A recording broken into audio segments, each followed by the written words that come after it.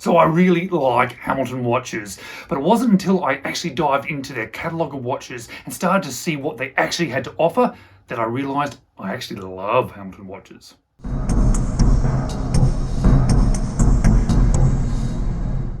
Hello, you're watching James. My name's James, you're watching me, and I am talking about watches. And today I'm talking about Hamilton watches, and I'm talking about the watches from Hamilton that you may never have seen before. Some hidden gems in their catalogue that are well worth taking the time to check out. Because you may be like me, you may think of Hamilton watches and you think, wow, good quality watches and good quality field watches. Because that's what I think about when I think about Hamilton. And it wasn't until I bought my Hamilton Jazzmaster GMT that I realised, well, I should be looking at some of their other watches in their catalogue because I absolutely love my Jazzmaster from Hamilton. In fact, it's my favourite watch of all time.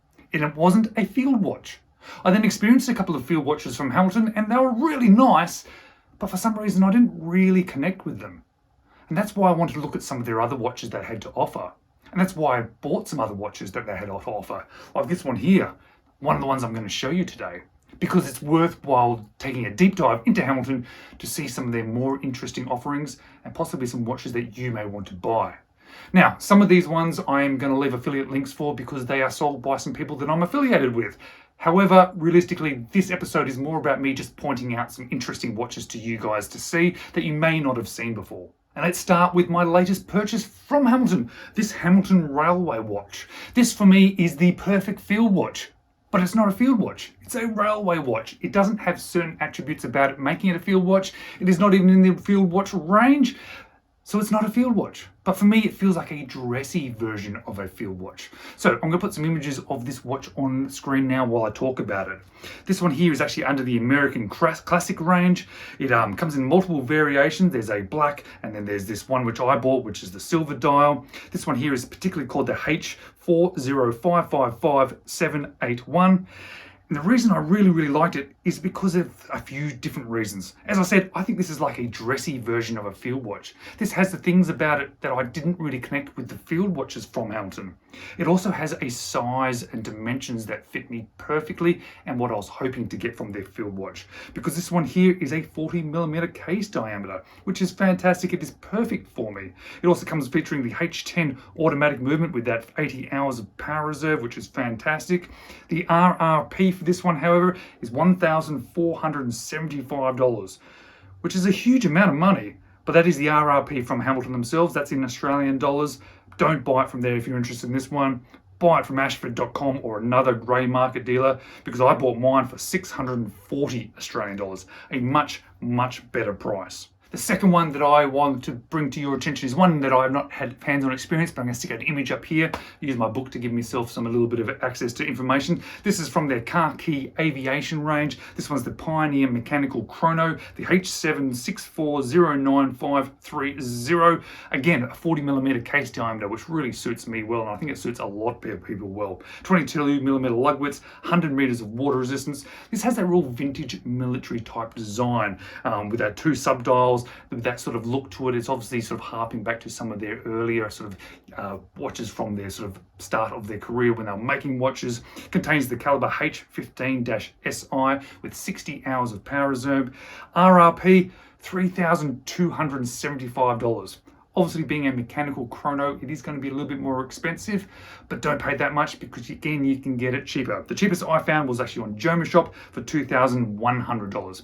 Still not particularly cheap, but for a good-looking mechanical chronograph from a Swiss company like Hamilton, it's actually not badly priced. The next one is from the Car Key Navy range, a range of watches which is slightly better known for one particular watch, but I'm not going to show you that watch today. I'm going to show you this one here. This one here is the Pioneer Small Second, the H78415733. This one contains an ETA caliber, the 2895-2 with a 50-hour power reserve. 40mm case diameter, seeing a theme here, aren't we? 20mm lug width, 100 meters of water resistance, comes on that cool leather strap, and it's available in a couple of different options. This one here is the black dial. I think this one looks the best if I was going to buy it, but it's also available in a silver dial, and that silver dial has blue hands, which is pretty cool, which I like. RRP from Hamilton themselves, $1,725, which again is not what I would want to be paying for it.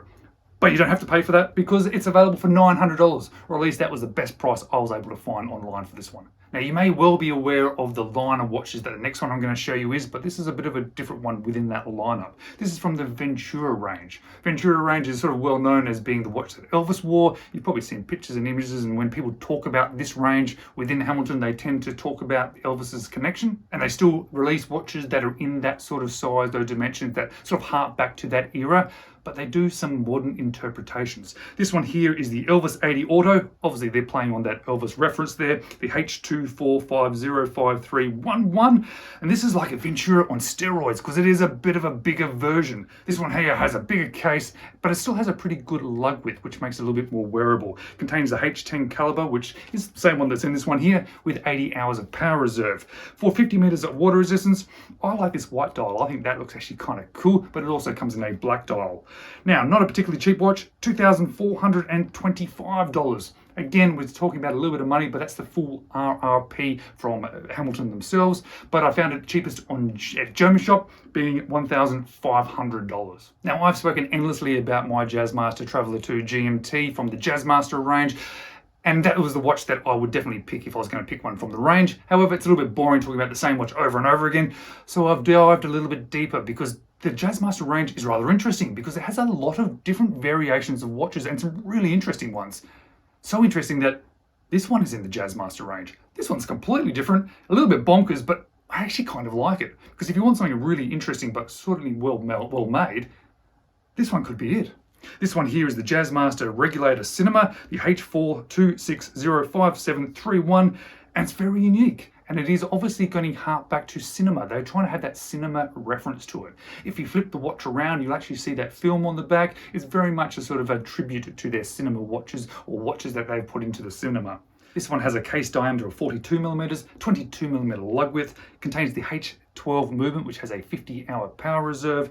It's a really fun and interesting sort of watch, but it costs $1,975, which it's probably not too bad, but of course don't pay that because you can find it quite easily for at least $1,600. That's the cheapest that I've been able to find this one. Now, I've already shown you this watch from the American Classic range, but I want to show you another one because there's another one that really interests me, something that looks really cool. And the American Classic range is quite interesting because, again, like the Jazzmaster, it has a really interesting range of watches. It has watches that contain sort of LED watches, it has watches that look like this, and they've got watches that look like this one here.